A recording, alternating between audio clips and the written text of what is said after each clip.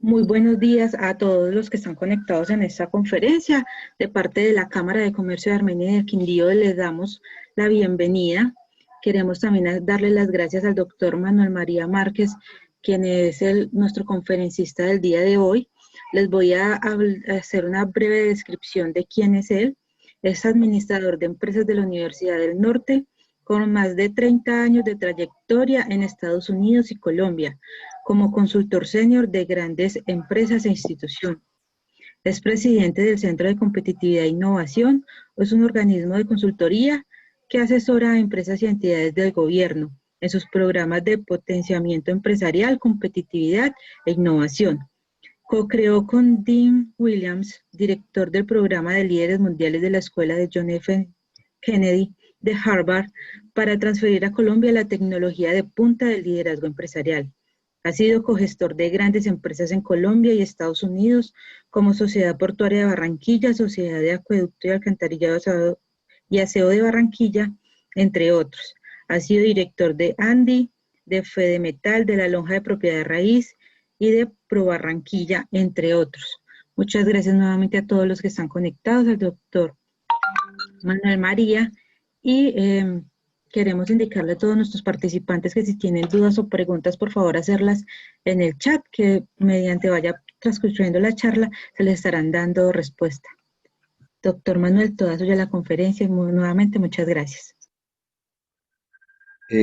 Buenos días a todos.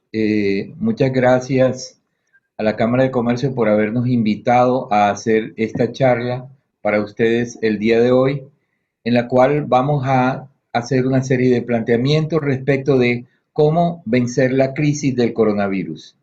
La crisis empresarial que en algunos sectores está siendo muy grave, que desde nuestro punto de vista puede ser enfrentada de una forma eficaz siempre y cuando se utilicen las herramientas correctas. Yo voy a hacer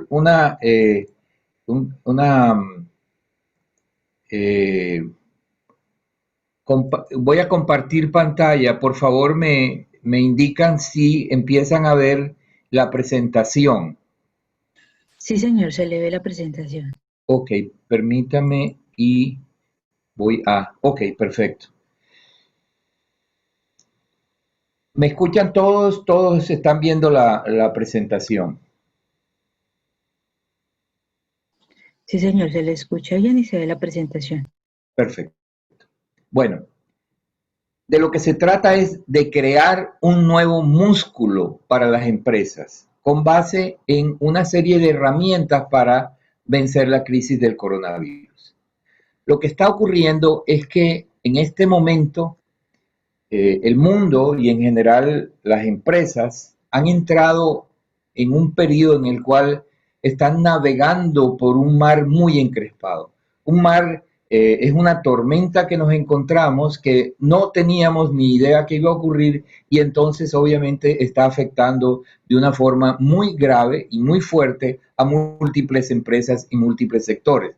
Algunas de ellas ya han empezado a naufragar y tristemente va a haber muchas otras que en el camino van a quedar en medio de ese mar encrespado.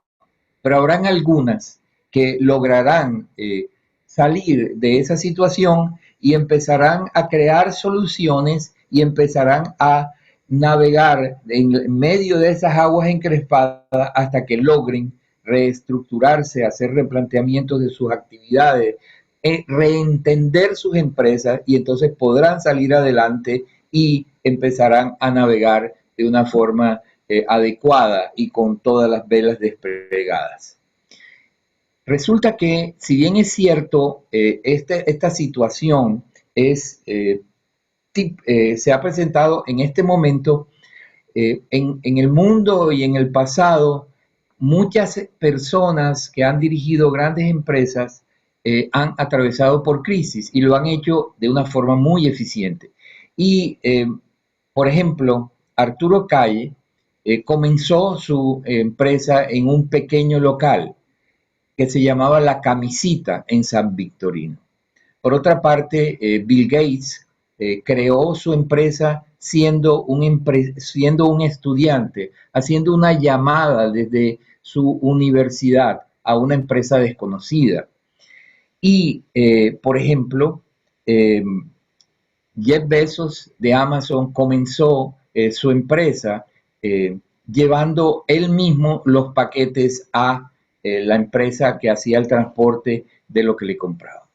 A lo que me quiero referir con esto es que esos tres grandes empresarios partieron de crisis económicas muy fuertes porque eran personas que no tenían recursos suficientes para tener actividades muy, digamos, llenas de todos los elementos que se requiere. Y no obstante eso, crearon emporios mundiales. Entonces, la reflexión inicial es, ¿qué es más difícil? Crear emporios partiendo de situaciones tan absolutamente limitadas y de crisis económicas, como obviamente tienen todas las personas que empiezan microempresas. ¿Qué es más difícil? ¿Crear emporios partiendo de ahí o vencer la crisis del coronavirus? Desde nuestro punto de vista es mucho más difícil crear emporios partiendo de cero, como estos empresarios, que además son muchos. Presenté estos tres ejemplos, pero en el mundo hay miles. O sea que el punto es que en este momento lo que existe y que dificulta la situación, el poder navegar de una forma eficiente es una gran confusión en los empresarios y en general en el mundo respecto de qué viene y además de cómo enfrentar ese tipo de situaciones de una forma eficaz, con un camino suficientemente claro. Y esto obviamente porque no estábamos preparados para esta situación tan absolutamente inesperada. Y lo otro que nos dice McKinsey & Company, que es la gran consultoría multinacional más reputada en el mundo, es que muchos de los empresarios están muy dedicados a tratar de ajustar las empresas al momento de su reactivación en los temas muy específicos de la pandemia. Es decir, como por ejemplo, mi empresa sí tiene los espacios suficientes para que las personas se puedan sentar a unas distancias que sean las reglamentarias, o cómo vamos a hacer para manejar todo lo del teletrabajo, etcétera, etcétera. Pero resulta que si bien esos son temas críticos, los otros temas que de verdad son tremendamente importantes, como por ejemplo, cuáles son los replanteamientos de mi empresa frente a la nueva situación que voy a encontrar en el momento que se reactive la economía, no están suficientemente tocados. O sea, que en principio la gente está muy dedicada a cómo manejo la parte logística que viene a continuación con el tema de la pandemia, pero no está entendiendo que lo que hay que hacer de pronto son replanteamientos muy profundos en las empresas para poderse ajustar a lo que se está denominando el nuevo normal. Y entonces el tema es que podremos aclarar esa situación, podremos aclarar el camino cuando tengamos las herramientas que nos permitan hacerlo, cuando podamos tomar óptimas decisiones y hacer cambios estratégicos en las empresas. Entonces, si bien esto es una crisis, también es una oportunidad. Es una oportunidad para hacer unas reflexiones muy profundas respecto de nuestra empresa que nos permitan analizar el ADN de nuestra empresa, la operación de nuestra empresa y optimizar nuestros recursos, nuestro personal, nuestras capacidades productivas para ser más eficientes como resultado de estas reflexiones y de estos cambios. O sea que nuestro reto es tomar las decisiones estratégicas óptimas, contextualizados en las circunstancias que están enfrentando muy específicamente cada una de nuestras empresas para poder en verdad navegar de una forma eficiente hacia el futuro. Nuestro reto entonces es aprender las herramientas que nos quiten la confusión y aclaren el camino, aquellas que nos permitan hacer un análisis del ADN de nuestra empresa y nos faculten para tomar óptimas decisiones estratégicas y para crear dentro de nuestra empresa un nuevo músculo empresarial que nos permita tener capacidad para reflexionar y actuar a tiempo. Entonces, el tema es que no solamente debemos ajustar nuestra empresa a este momento coyuntural de la reactivación de la economía, sino también que debemos hacerlo con una perspectiva de que todavía el futuro, de pronto el próximo año y el siguiente año, todavía están sujetos a una situación de inestabilidad que puede generar situaciones impredecibles en el periodo siguiente. Entonces, las herramientas que se necesitan son transdisciplinarias, es decir, necesitamos unir conocimientos de diferentes áreas para poder tener las herramientas suficientemente eficientes para enfrentar el reto del coronavirus. Necesitamos tener herramientas de las neurociencias, de la innovación y la creatividad, de la psicología, la gerencia estratégica y el liderazgo inspirador y el desarrollo organizacional. Nosotros hemos venido trabajando en estos temas desde 1996, cuando empezamos a hacer transferencia de tecnología desde universidades como el Massachusetts Institute of Technology y Harvard. Aquí vemos algunos artículos de prensa de esos programas que hicimos en ese momento. Y tenemos publicado un libro en donde están todas las aplicaciones de neurociencias a los procesos de toma de decisiones estratégicas, libro publicado desde el 2016. Lo que hoy voy a hablarle es la suma de todo un conjunto de investigaciones de gurús del mundo empresarial y de las ciencias, de la academia, que permiten llegar a las conclusiones que hoy voy a presentar. Hemos tenido algunos reconocimientos internacionales, como en este libro del director del programa de liderazgo mundial de Harvard. Entonces, necesitamos crear un nuevo y potente músculo en las empresas. Y para ello se necesitan dos tipos de herramientas.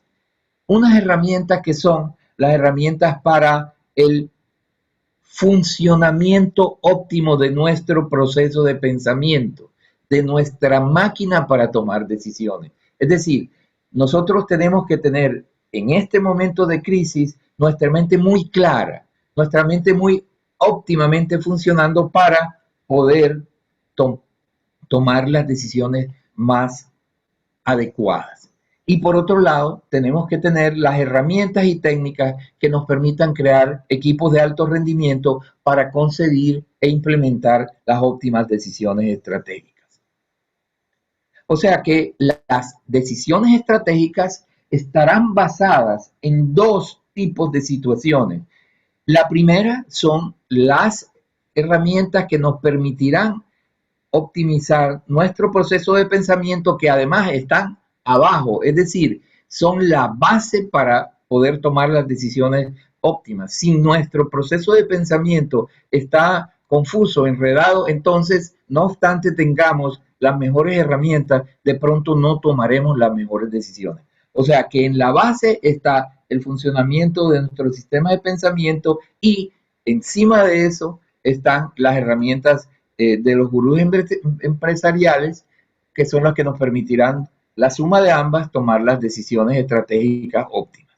Cuando se tienen ambos conjuntos de herramientas, podemos crear el potente músculo que necesitamos.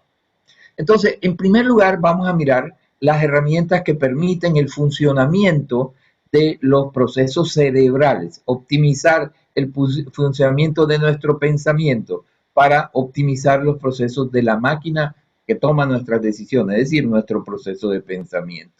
Hay dos pilares para ello, dos pilares que son los que vamos a mirar.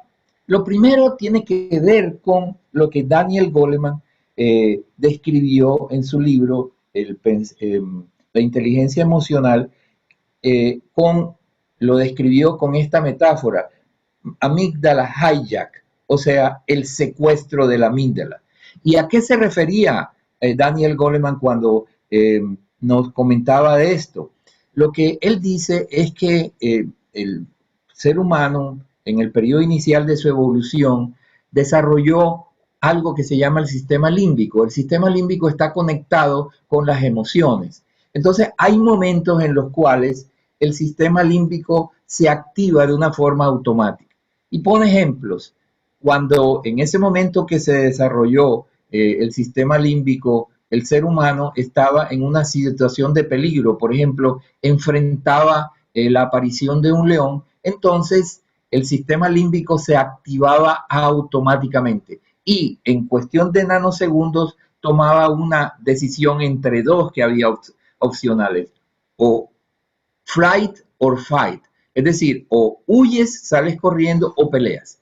Entonces, esa decisión es automática y esa decisión que en ese momento se daba continúa presente en los seres humanos. O sea, que los seres humanos frente a las situaciones de peligro automáticamente generan dos tipos de reacción, o corren o pelean.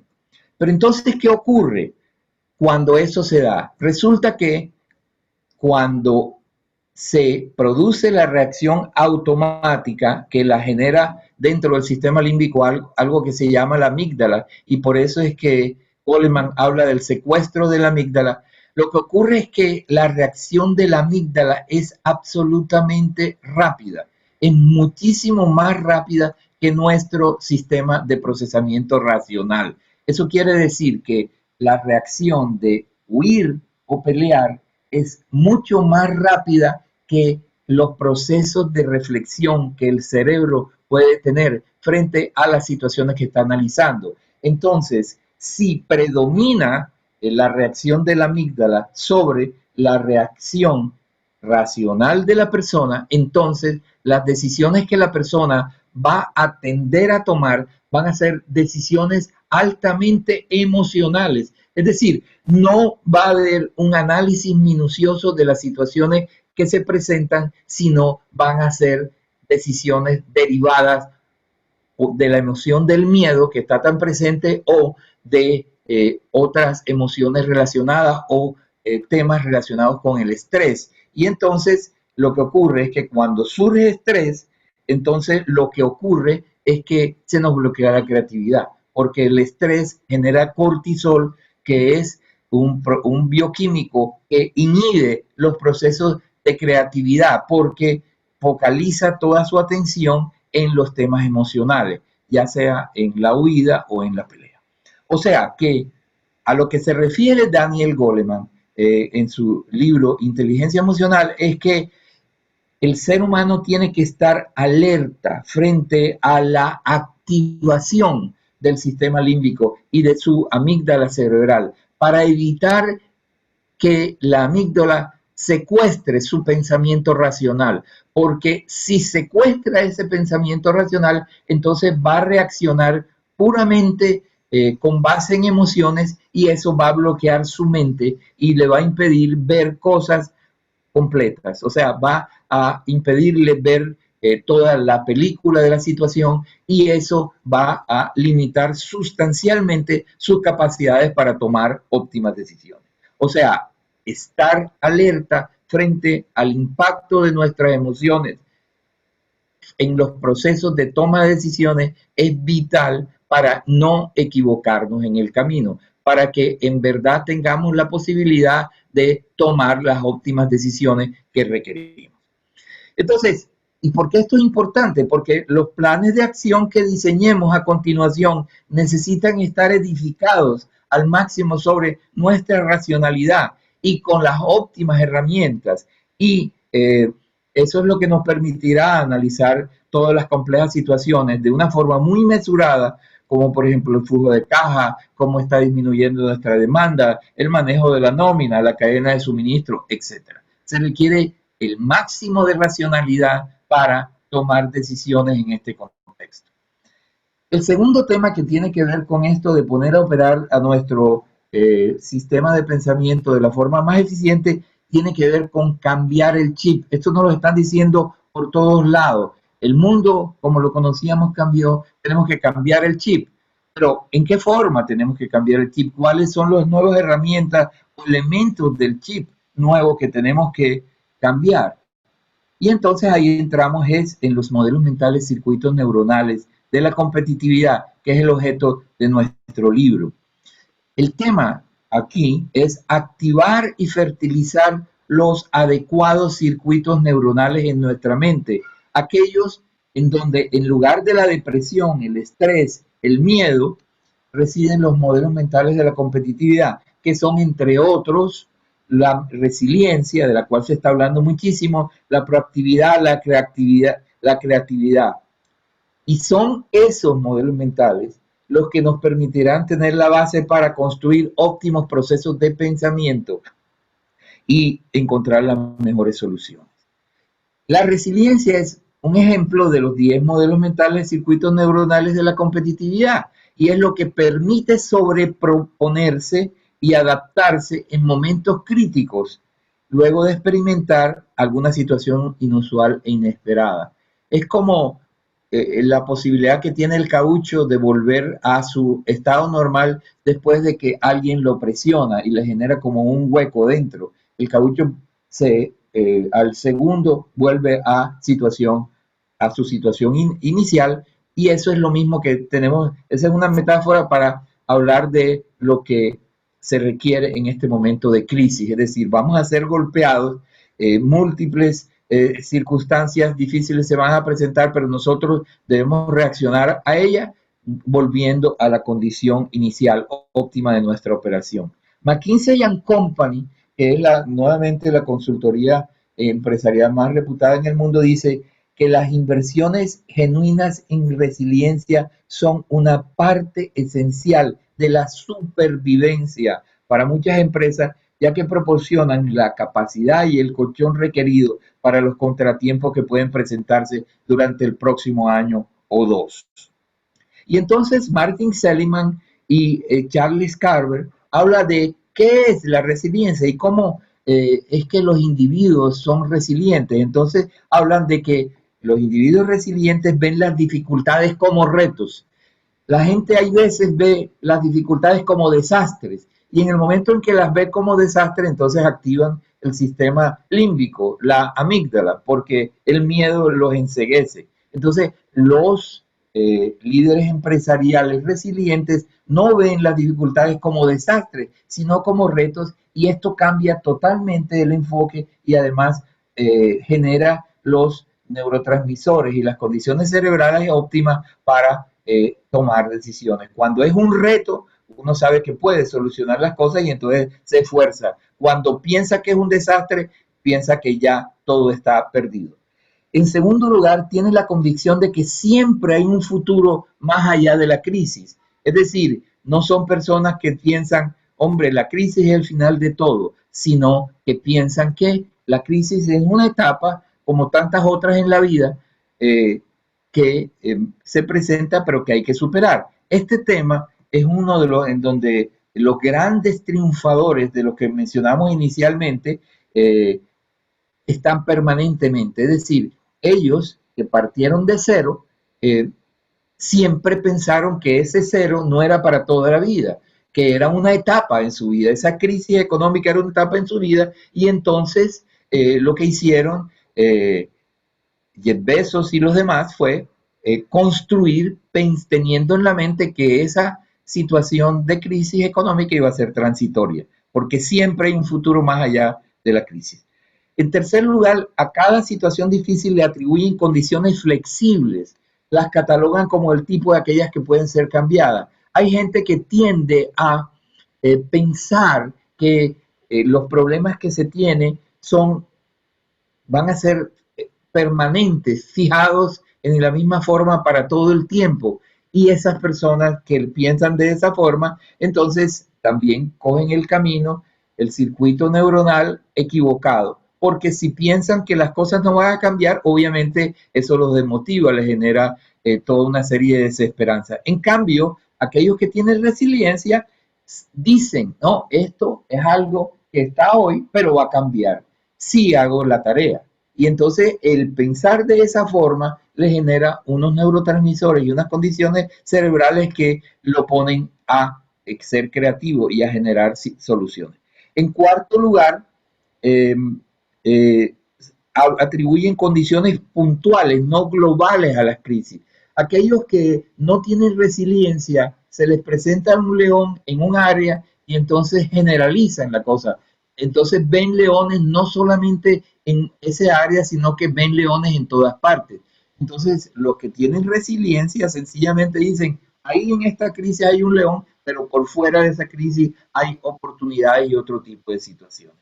Y entonces, en quinto lugar, los líderes resilientes y individuos resilientes atribuyen las dificultades a causas externas, es decir, encuentran el origen del problema y no tratan de, no se endilgan las responsabilidades ellos. Es decir, muchas veces la gente que no es resiliente se atribuye o se coloca sobre sus hombros las responsabilidades o las dificultades que se han presentado. Entonces, utilizando estas estrategias que son desarrolladas por Martin Seligman, el padre de todo el pensamiento positivo y demás, y Charles Carver, podemos nosotros generar al interior nuestro resiliencia. Y entonces lo mejor de esto es que nuestras investigaciones nos han demostrado que los 10 modelos mentales, circuitos neuronales de la competitividad que están presentes en Jeff Bezos, Bill Gates y demás, están presentes en todos los grandes triunfadores. Y eso no solamente lo encontramos en los grandes triunfadores, sino también en los grandes campeones del deporte. Tienen esos tipos de comportamiento. La resiliencia, les puse un ejemplo, pero hay 9 más. Y también los grandes músicos, pintores e investigadores, que son reconocidos por sus innovaciones. O sea que los resultados de nuestras investigaciones en el que publicamos el libro nos muestran que hay unos modelos mentales, circuitos neuronales que generan unos patrones de pensamiento que son los que conducen hacia el éxito y hacia vencer la crisis. Y entonces, lo que pasa es que los modelos mentales, circuitos neuronales de la competitividad nos liberan de las cárceles mentales y nos dan flexibilidad y libertad para reflexionar respecto de las opciones que tenemos. Cuando estamos imbuidos por situaciones como las que inicialmente mencionábamos, del estrés, el cortisol y demás, lo que estamos es enredados, encerrados, encarcelados. Cuando en cambio tenemos los modelos mentales de la competitividad, lo que hacemos es romper esa cárcel. Y entonces miremos aquí, yo no sé si ustedes, tristemente la pantalla a mí me está bien, yo estoy viendo parte de la pantalla, no sé si ustedes la ven completa. Entonces aquí dice Bill Gates, está bien celebrar el éxito, pero es mucho más importante prestar atención a las reacciones del fracaso. Y esto es más que este es un modelo mental, circuito neuronal, que es más que pertinente en este momento, porque de pronto en el camino nos vamos a caer, porque la situación que tenemos es bien compleja y confusa. Entonces, es más importante que celebrar los éxitos, prestar atención a las lecciones del fracaso, porque en el fracaso están las razones en entender el fracaso, están las razones de por qué lo obtuvimos. Si hacemos las reflexiones o prestamos atención a las lecciones del fracaso, seguramente vamos a poder evitar en el futuro tener las mismas situaciones. Y fíjense esta otra frase que es parecida, dicha por el presidente de Procter & Gamble. Yo pienso de mis errores como un regalo. Fíjense ustedes qué modelo mental tan diferente a lo que tradicionalmente tenemos, en donde siempre nos da miedo, nos da vergüenza, tratamos de echarle las culpas a los demás de los problemas o de los errores que cometemos. Y entonces resulta que grandes líderes empresariales, inclusive Lafley, publicó un libro en donde habla de que él piensa de los errores como un regalo. Es decir, no solamente le perdió la vergüenza de haberlos cometido, sino que los comentó públicamente para que todo el mundo los conociera. Qué modelo mental tan diferente al de mucha gente en donde están generalmente tapando los errores porque les da vergüenza. Y entonces fíjense ustedes este otro modelo mental de un genio. Dice, he ofendido a Dios y a la humanidad porque mi trabajo no tuvo la calidad que debía haber tenido. Y lo dijo un genio.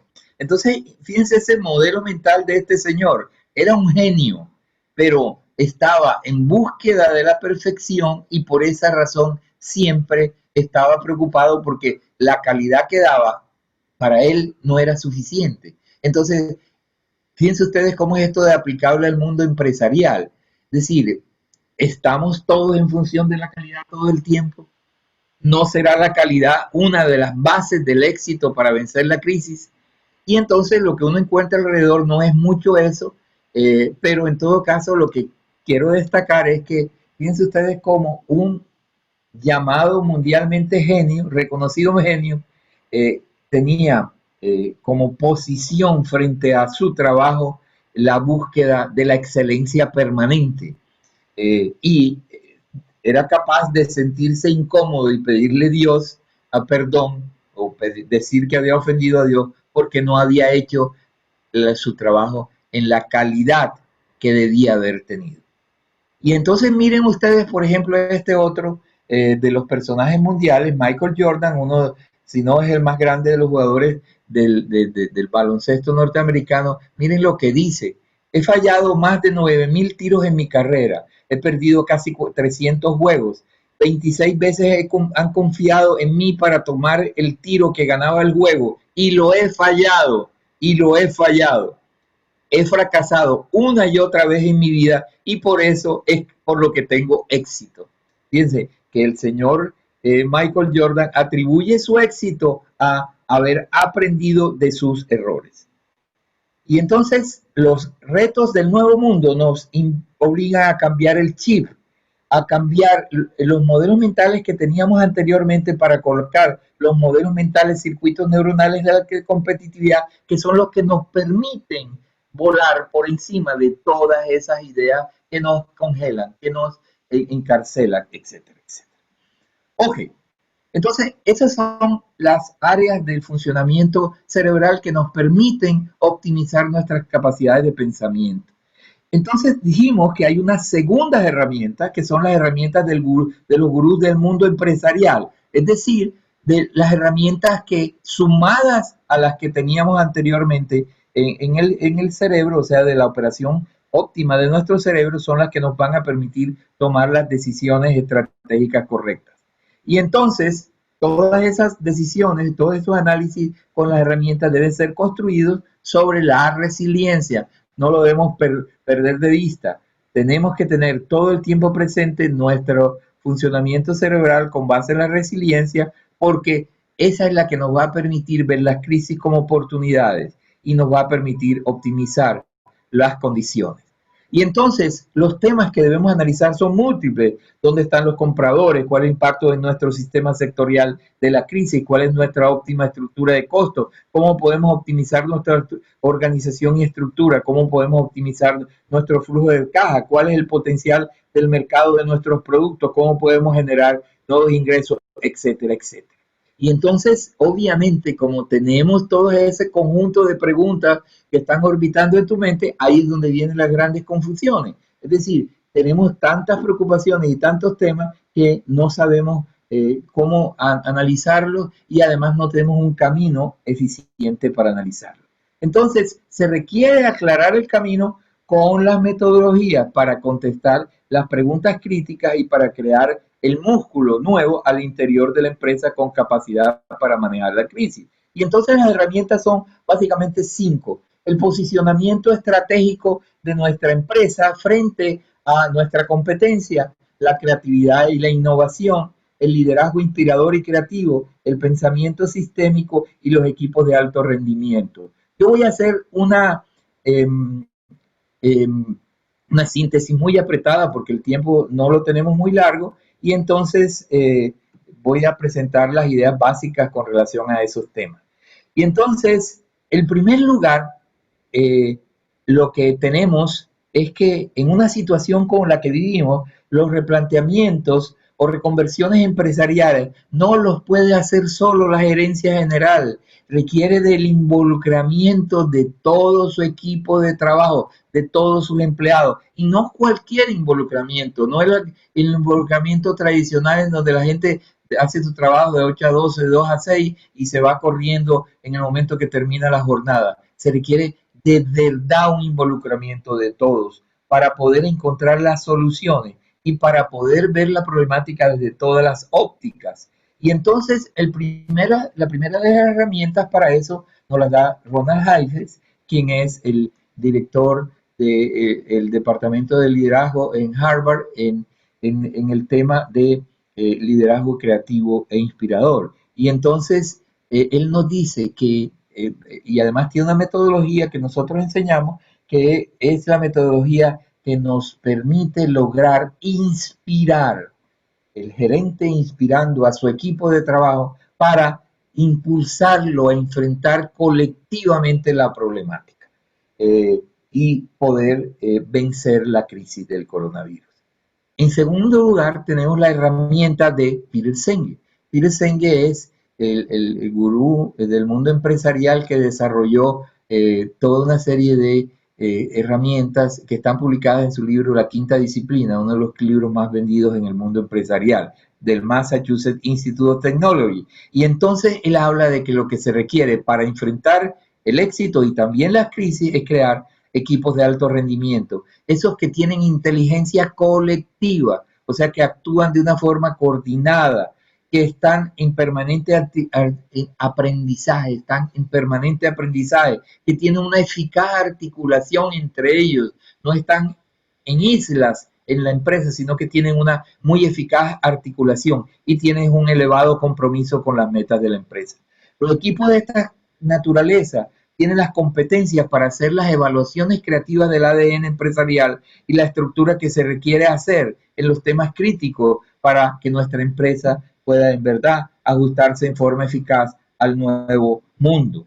Y entonces dice Senge, una organización inteligente es una organización o empresa que de forma continua y sistemática aborda los procesos necesarios para aprovechar al máximo sus experiencias y aprender a ellas.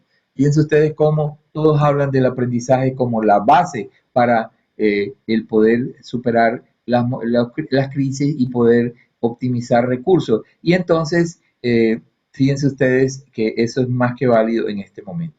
En tercer lugar, la tercera herramienta es el pensamiento sistémico, desarrollado en MIT por Jay Forrester y Donatella Meadows. Y entonces de lo que nos habla el pensamiento sistémico, que es que en las organizaciones inteligentes las empresas aprenden de una forma integral, es decir, no en islas, sino de una forma que les permite mirar todas las cosas de una forma integral. Y entonces aquí hay una caricatura que muestra mucho lo que es el tema del pensamiento sistémico, y es que muchas personas no sienten o no piensan que sus acciones tienen impacto en toda la estructura de la organización, y entonces actúan como este señor, sin darse cuenta que tarde o temprano las consecuencias de lo que hicieron, si no son correctos, les va a afectar.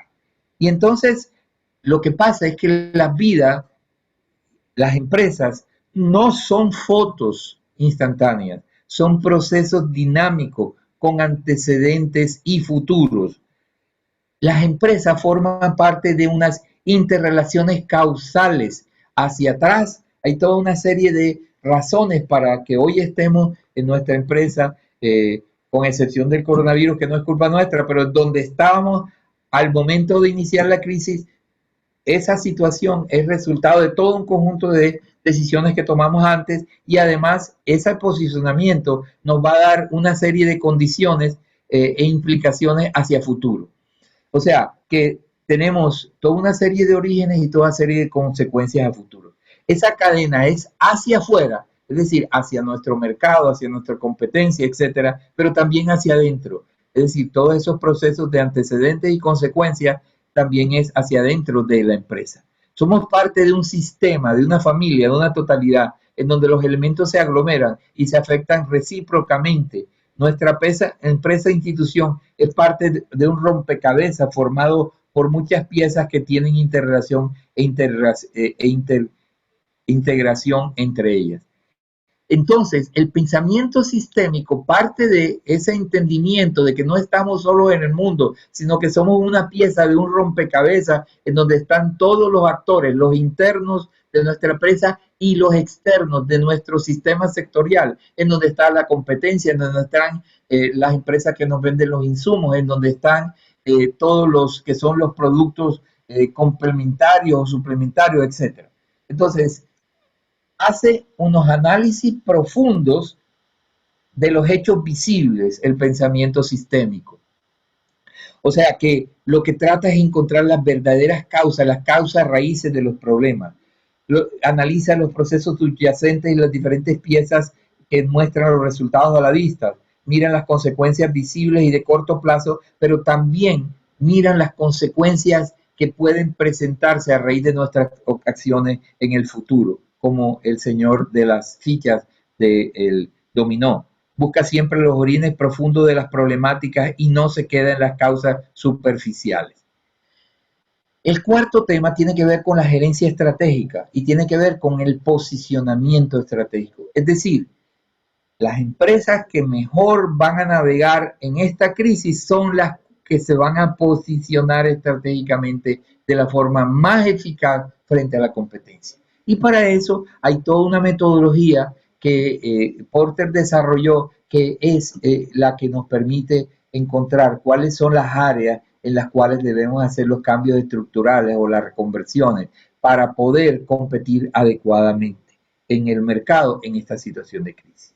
Y en quinto lugar, que debe ser el resultado de todas las reflexiones anteriores, es decir, las reflexiones anteriores deben llevarnos a una gran propuesta de músculo y de cambio en la empresa, si es que nuestra empresa está dentro de las que son más afectadas con la crisis. Y entonces a esa propuesta debemos aplicarle todos los procesos de creatividad para desarrollar eventualmente innovaciones. Y entonces allí lo que nosotros enseñamos en nuestros cursos son las técnicas de Clayton Christensen, que son las herramientas para la generación de innovaciones disruptivas, y también las de Edward de Bono, que son pensamiento lateral, creatividad, además de otros expertos en estas áreas de creatividad.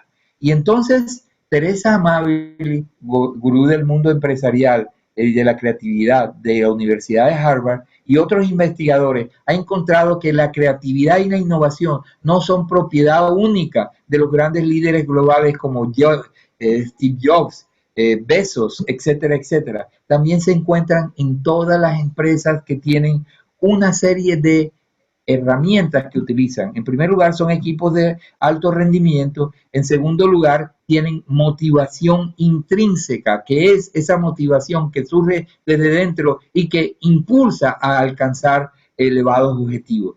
Además, con esa motivación intrínseca debemos tener obviamente las herramientas y las técnicas para la creatividad y la innovación y los modelos mentales, circuitos neuronales de la competitividad.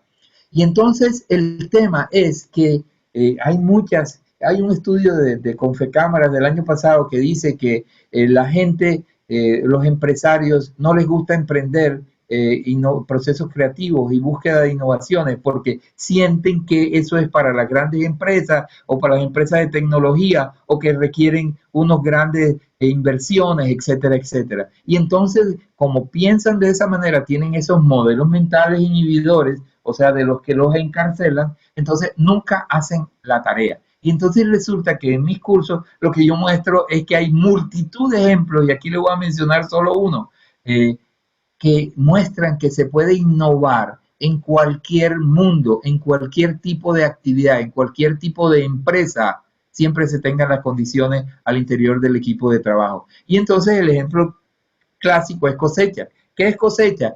¿Qué hace cosecha? Es el producto más elemental. De pronto eso se está haciendo desde el principio de la humanidad. Jugos. Y además es un producto que tiene mínima inversión. Los locales de cosechas son cuadraditos, ¿verdad?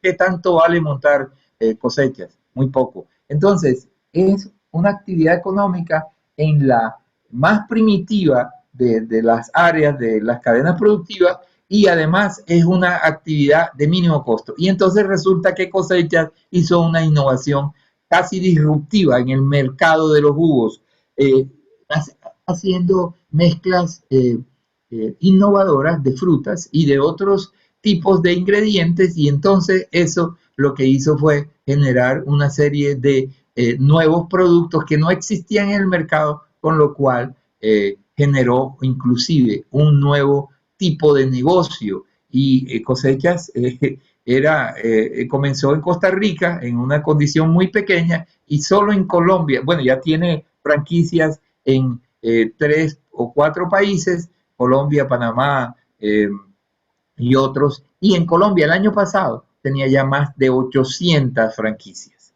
¿verdad?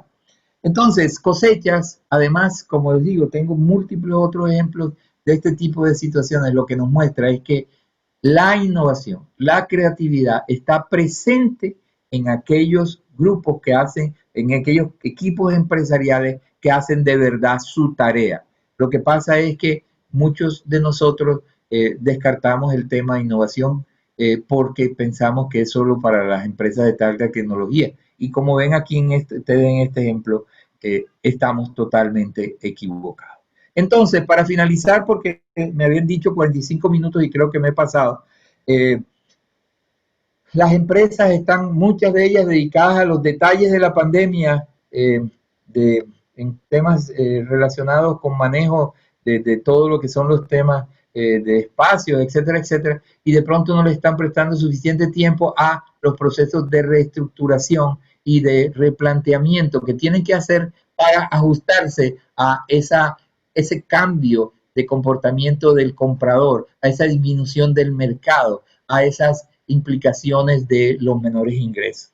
Entonces, para poderlo hacer de una forma eficiente y sin confusiones, tenemos que tener unas metodologías, que son las metodologías de los gurús del mundo empresarial, que nos permitan desarrollar las competencias necesarias para el regreso y hacer los cambios o reconversiones empresariales que permitan ajustar nuestras empresas eficazmente al nuevo normal.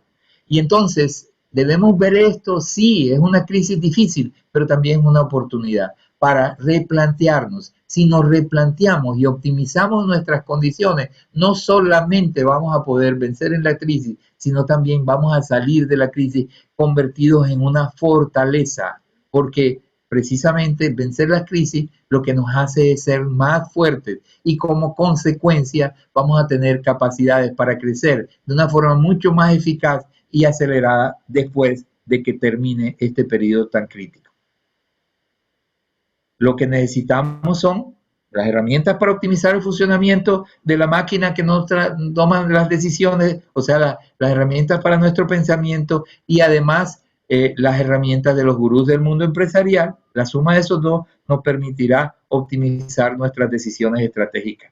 Las empresas que hagan lo correcto y creen el músculo habrán convertido la crisis del coronavirus en una oportunidad. Nuestro programa Herramientas para la crisis del coronavirus, nuestro programa Herramientas para vencer la crisis del coronavirus entrega todas las herramientas aquí mencionadas. Ese es mi nombre, digamos, mi condición. Y lo que hemos visto son unos elementos para crear un nuevo músculo en las empresas. Hemos visto herramientas para vencer la crisis económica del coronavirus. Muchas gracias.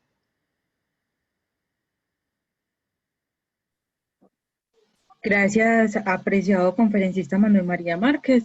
Nuevamente, de parte de la Cámara de Comercio, muchas gracias por esta conferencia. He visto muy buenos comentarios en el chat, pero no he visto consultas ni preguntas. Si de pronto alguno tiene alguna duda o inquietud, por favor hacerla en el chat para que el doctor Manuel María nos las comparta. Con muchísimo gusto.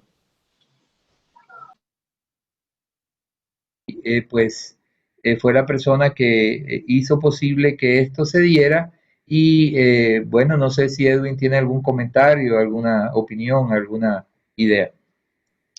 Doctor, primero que todo agradecerle de manera muy tácita por todo su apoyo, por generar en nuestros empresarios y emprendedores de Quindío ese tipo de herramientas que produzcan en nosotros un verdadero cambio. Si bien es cierto, todos estamos viendo que nos vemos afectados por la crisis, unos en esta tormenta están construyendo refugios, pero otros estamos construyendo molinos. La reflexión importante es qué podemos tomar de esas herramientas tan, pero tan importantes, valga la redundancia, para nosotros. Porque si desde nosotros, usted bien es cierto, lo explicó y fue tácito en la explicación de de las neurociencias aplicadas al empresariado. Si nosotros mismos no tomamos esas herramientas para el cambio, muy seguramente nuestra empresa o nuestro emprendimiento no saldrá adelante. Yo soy inmensamente agradecido por el doctor Manuel Mario Márquez, por el Centro de Competitiveness and Innovation, el cual usted lidera, y quiero agradecerle. Espero que podamos tenerlo en otra ocasión, podamos tenerlo no solamente en este espacio, sino a futuro de manera presencial, a formación empresarial con el doctor, con John Jairo Moreno, en cabeza de su gran equipo, y pues obviamente a nuestra Cámara de Comercio, que nos permite este tipo de espacios para poder interactuar con personas obviamente de ese ímpetu que usted tiene, esa experiencia que tiene ante todo. Inmensamente agradecido, una excelente conferencia, muy amable doctor por pensar en nosotros como eje cafetero y como empresas, y bueno, seguiremos al tanto de su libro, de la página web. Por favor, nos gustaría que nuevamente proyectara para que las personas puedan seguirlo en la página web y podamos hacer un poco más de interacción con usted. Bueno, sí, voy a poner, hay una pregunta que voy a contestar, pero voy a colocar la página web que me parece que es interesante que ustedes la conozcan. Es la página web del Center for Competitiveness, nuestra institución, y ahí ustedes pueden encontrar todo un conjunto de resultados de cursos que nosotros hacemos, ¿verdad? O sea, The Center for Competitiveness and Innovation es nuestra página web. No sé si lo están viendo allí en el...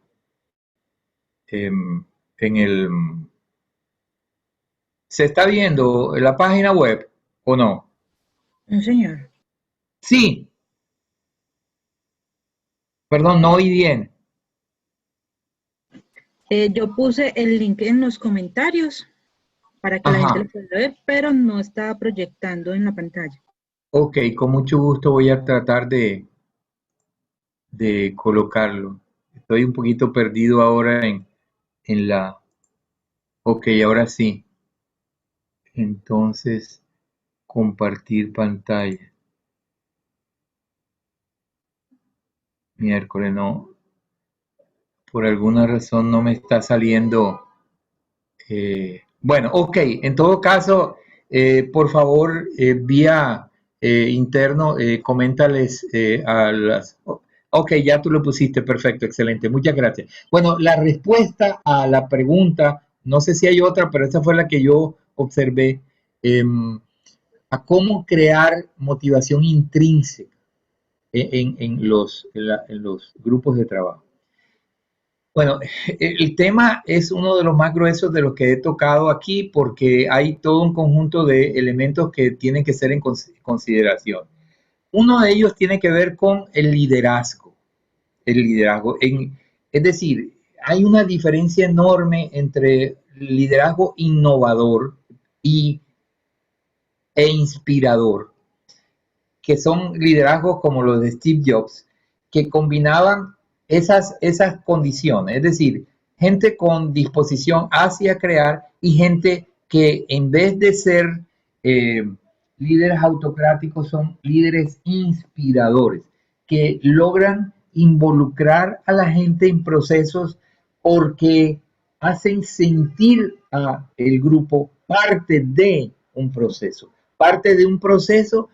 que vale la pena seguir y para alcanzar unas metas que son de valor para todos. Es decir, el líder inspirador logra generar en su equipo de trabajo unos niveles elevados de compromiso porque les hace sentir que son parte de la consecución de una meta que vale la pena lograr y en la cual todos ellos van a ser beneficiados. O sea, el tema de el beneficio colectivo de alcanzar las metas empresariales es un tema central para lograr inspirar a la gente. Pero ese es el tema del liderazgo en cuanto al rol del gerente o de los directivos de la empresa, etcétera, etcétera. Y viene en segundo nivel o en segundo tema el tema de la creación de los equipos de alto rendimiento. Cuando en verdad hay un equipo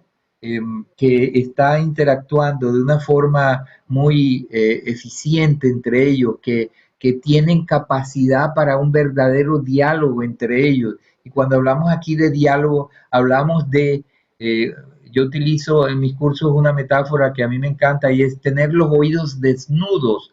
Tener los oídos desnudos, eso significa tener capacidad real para escuchar.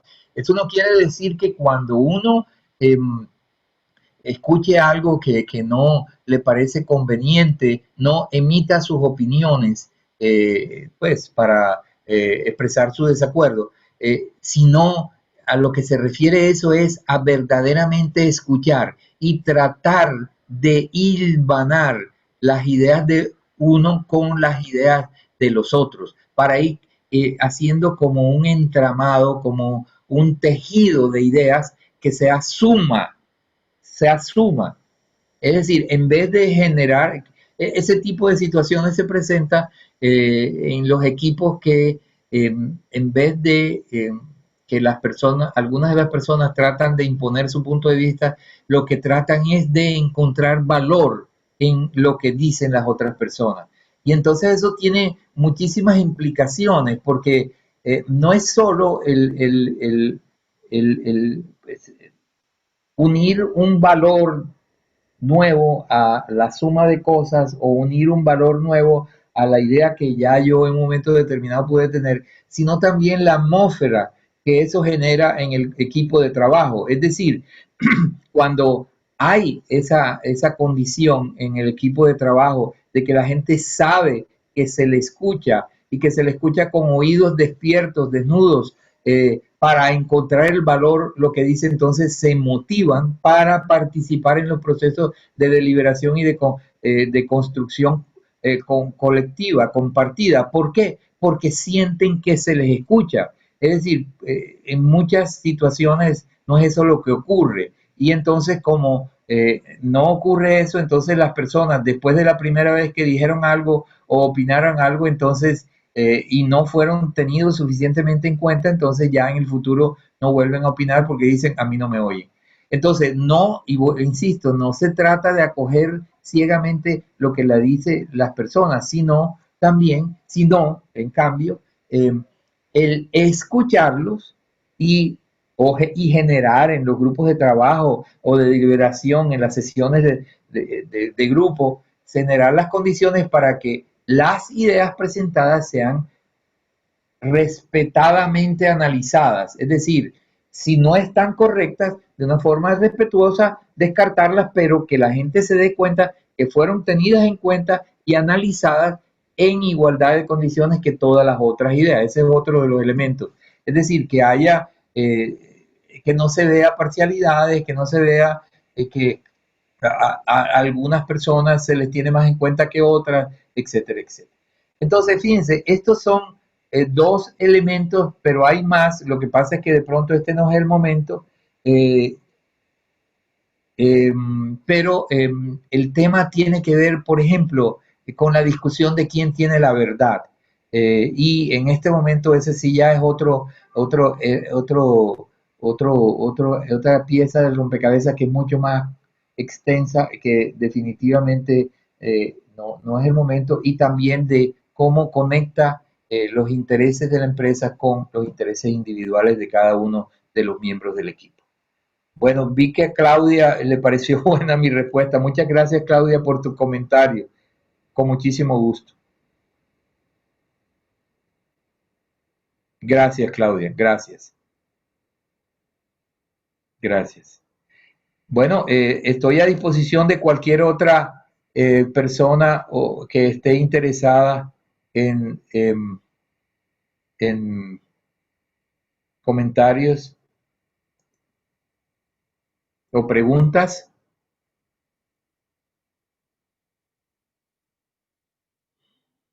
Bueno, si no hay ninguna más, No, doctor, al parecer no hay más preguntas. Nuevamente, de parte de la Cámara de Comercio de Armenia del Quindío, muchas gracias por esta conferencia Recordarle a todos los que están interesados en volver a ver esta conferencia que la grabación queda en el canal de YouTube de la Cámara de Comercio Armenia del Quindío.